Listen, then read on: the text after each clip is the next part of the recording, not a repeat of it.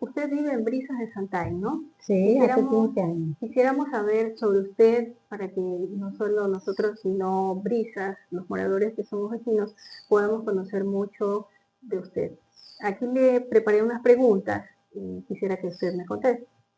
La primera es, ¿qué le impulsó a elegir esta profesión de médico y qué satisfacción alcanzó con estos obstáculos? ¿Algún obstáculo que haya tenido? Ya, primero, yo vivo en Brisas de Santay desde hace 15 años, ¿no? Cuando llegué a la comunidad, pues pocos sabían que soy médico, ahora algunos lo conocen y en algunas ocasiones sí he atendido pacientes ahí. En cuanto a lo que usted me dice, ¿por qué elegí ser médico? Elegí ser médico porque siempre he sido empática con el sufrimiento de otras personas, con las dificultades que quedan tras de una enfermedad, a veces secuelas que no se pueden superar. Y prácticamente las viví en la vida familiar, con hermanos de crianza y sobrinos de sangre, que sufrió una secuela de poliomielitis. En aquel entonces el bullying era más acentuado y menos ilegítimo que ahora. Entonces veía yo esto y dije entre mí, algún día trataré de disminuir esta situación, sobre todo en enfermedades que son preventivas. En cuanto a las satisfacciones, muchísimas, porque no es solamente el hecho de que algunos creen que porque uno es médico tiene dinero, al contrario, cuando uno es médico tiene un compromiso más que económico, tiene un compromiso de humanitario. No se puede negarle a nadie la atención. Si alguien viene sin dinero y necesita la atención, debe hacerlo, no solamente por un aspecto legal, sino por un aspecto humanitario. Entonces, esa satisfacción he tenido porque siempre he trabajado, a la par que he trabajado en otros lugares, ¿no? Como la Clínica Kenia, he trabajado para la Organización Panamericana de la Salud, porque yo soy salubrista, soy epidemióloga, pero también he trabajado a la par como directora de la Fundación Gabriela María. Fui 10 años directora en la 38 Caleuchima, un lugar que es suburbano, ¿no? Asimismo, pues trabajé en el dispensario Santa Teresita de Jesús.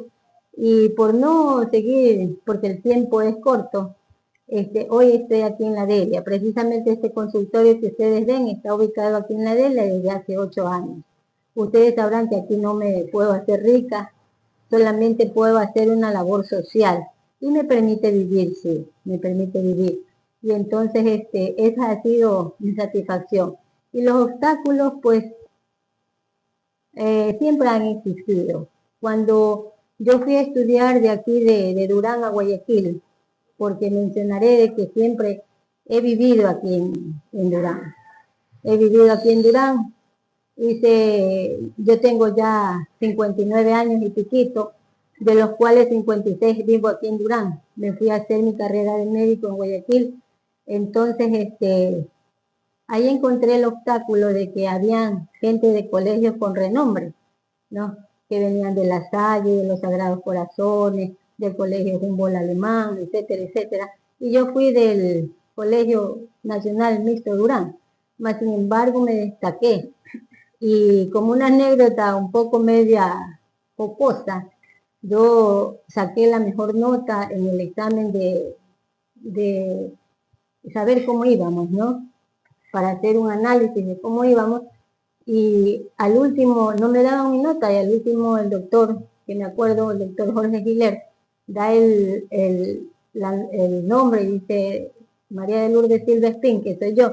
Entonces dice 10, y yo estaba sentada atrás. Entonces me dice, ¿tú de qué colegio vienes? Y le digo, el Colegio Nacional Mixto Durán. De ese colegio piojoso tienes que venir, por eso es que me has copiado. Hasta que él se convenció que yo era una buena alumna. Y me llegó a querer muchísimo y a considerar mucho. Pero fue un obstáculo, porque en ese mismo día, una niña de apenas 17 y pico de años, y protegida siempre por su familia y todo eso, casi salgo llorando y con el deseo de no regresar. pero más era el deseo de estudiar. Entonces regresé y de ese modo he podido vencer algunos obstáculos. También cuando llegué a ser directora de la fundación, había gente de mucha más edad que yo, con más formación que yo y con algunos malos hábitos adquiridos, ¿no? Entonces tuve que luchar con eso. Tuve que luchar con eso y en cada lugar donde he estado he tratado de dejar una buena huella. Bueno, la siguiente pregunta que le tengo es, ¿cuál considera que sería su mayor logro antes de ser médico?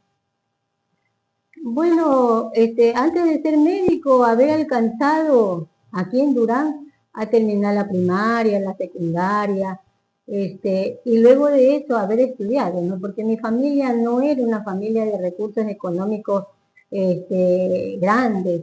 Más bien grande era su cariño y grande era el afán porque nos capacitemos, porque tengamos una profesión, sobre todo los últimos, porque somos 7 hermanos, pero de los 7 hermanos somos 4 profesionales.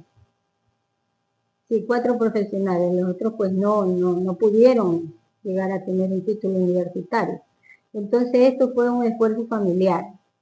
No fue solamente papá, solamente mamá, sino fueron hermanos y padres para que nosotros podamos llegar a ser profesionales. Y también el esfuerzo propio, ¿no? Porque como decimos, porque yo soy de las tierras, como decimos los serranos, no me pueden dar estudiando. La que tenía que estudiar y prepararse era yo. Y entonces, así lo hice. Y llegué a ser médico y llegué a ser una persona que todos respetaban, querían, porque era muy dedicada. Yo tuve varias veces premios en la canción universitaria por ser una buena alumna. Ya. A ver, tenemos otra pregunta. ¿Con qué preparación cuenta? Bueno, como le decía, yo me gradué aquí en el colegio de bachiller en químico biólogo y me gradué como la mejor de mi promoción. Luego cuando fui a la universidad, estuve en la Universidad Estatal de Guayaquil. Ahí me gradué como doctora en medicina y cirugía. Y así mismo me gradué siendo una de las mejores. Luego cuando pasaron los años, porque no hice inmediatamente mis posgrados, pero luego hice mi posgrado, yo soy médico epidemióloga, también lo hice en la Universidad de Guayaquil, el posgrado. Y luego de eso también soy magíster en Ciencias Internacionales y Diplomacia, soy diplomática de carrera. Como salubrista he podido trabajar para la Organización Panamericana de la Salud con el aval de la Universidad de Melbourne. Trabajamos en un proyecto muy grande aquí en el Ecuador, que fue el llenado correcto del certificado de defunción. Mediante esto se hace la proyección y la prevención en salud. Y así en algunas ocasiones pues he podido desarrollarme como salubrista. Ya. A ver. ¿En qué lugares ha prestado sus servicios? Bueno, le digo que he prestado mis servicios en tantos lugares que no creo que vaya a poder describir todos, ¿no? Pero sí en los que más recuerdo, no por el dinero, sino por el cariño. Mire, por ejemplo, yo trabajé en el dispensario de Santa Teresita de Jesús, no estuve mucho tiempo, pero fue mi primer trabajo después de la rural, por lo tanto, pues le guardo un cariño muy especial, ¿no? Entonces, ahí también, pues, el trabajo era más ad honores, o sea, sin sueldo casi, pero llegué a conocer porque como que la vida me ha puesto en ese camino, a conocer muchas personas adultas mayores, con muchas carencias, ¿no? Pero la carencia que más domina a los adultos mayores lamentablemente es la falta de atención y de cariño de los familiares. Entonces cuando iban donde mí yo trataba de darles eso, a lo mejor no había tanta medicina, no había tanta tecnología de vanguardia para ayudarlos, pero sí había atención, sí había cariño. Me relacioné tanto con ellos que ellos recordarán mi nombre como yo recuerdo los de ellos, ¿no? Entonces ese fue un buen inicio porque me puse en contacto con una de las partes más vulnerables de la vida, que es el llegar a ser adulto mayor. Y luego de eso, pues, trabajé en la Providencia, en el colegio que tiene en Eloy Alfaro, y vaya, pues, y Gómez Rendón. Aquí en el Colegio de la Providencia, ahí trabajé 10 años como médico de la empresa y como profesora de bases biológicas y anatomía, porque esa es otra etapa de mi vida, esa es otra estampa. Soy docente desde primaria hasta universidad, ¿no? Entonces, trabajé ahí por 10 años. Luego me fui a Colombia y trabajé un año en un dispensario que se llama 20 de junio, ¿no? en un pueblito que se llama Soledad. Y así como les digo, recuerdo estos lugares porque fueron especiales, ¿no? Yo llegué ahí y los usuarios decían, quiero la consulta con la que habla raro. Y la que hablaba raro era yo, porque yo no soy colombiana, yo soy ecuatoriana, y de paso pues soy de la sierra y tengo mi acento, ¿no? Y entonces, bueno, y trabajé allá también. Luego de eso regresé por un tiempo más a la Providencia porque me volvieron a llamar. Y de ahí pasé a trabajar a la clínica Kennedy, donde trabajé 7 años. Luego de eso, ya fui directora de la Fundación Gabriela María en la 38 Calicuchima por 10 años y también he trabajado como médico ocupacional de la clínica Kennedy y como médico ocupacional de Espalda, ¿no? De Espalda. Imagínense que en Espalda yo no sé cómo la hacía, pero yo tenía más o menos 1.500 trabajadores a mi cargo, de 8 de la mañana a 5 de la tarde y en los turnos de la tarde de 8 de la noche a 5 de la mañana, en donde uno no paraba, solamente contaba con una enfermera auxiliar, ¿no?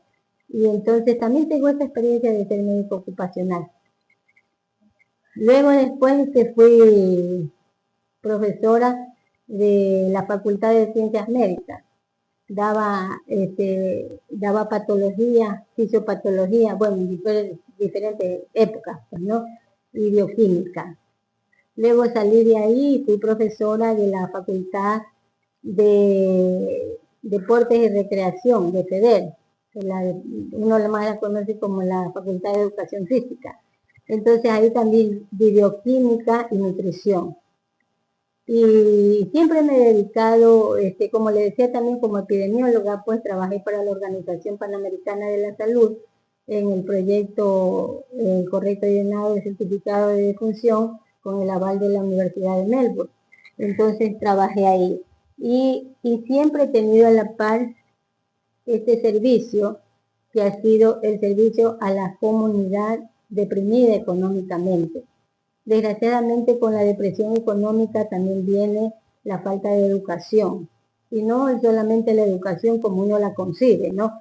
Falta de la primaria, de la secundaria, no. Sino falta de educación para la salud, que es lo que verdaderamente se debe apuntalar en una comunidad para disminuir la presencia de enfermedades que son fácilmente preventivas.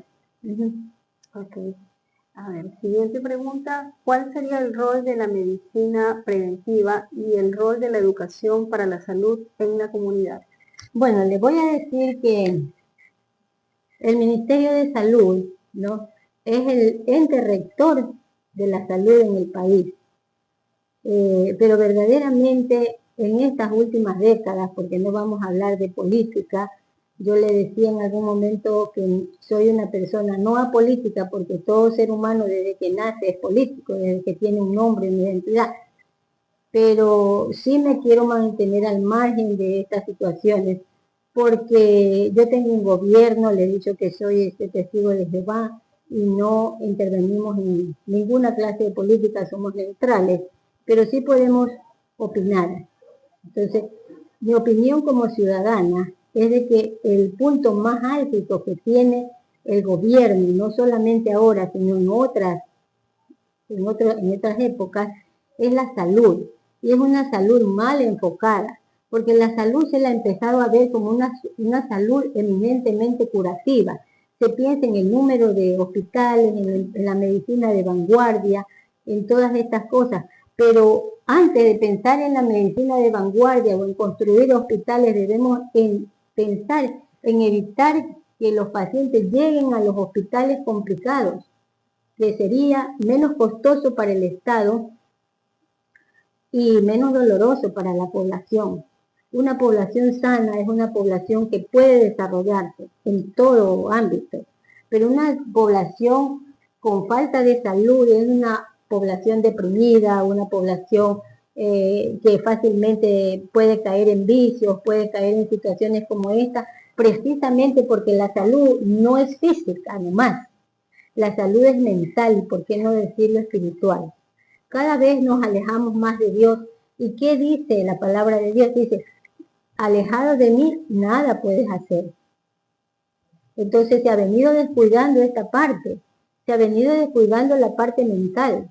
Los padres cada vez más alejados de los hijos cada vez más desagradecidos, dejando a los padres, dejándolos en el abandono. Entonces, esta situación se puede prevenir desde sus inicios, pero realmente no se hace. Por eso es que le digo que la medicina preventiva es algo que verdaderamente lo debe ejercer el Estado al 100% y que no lo puede hacer solo.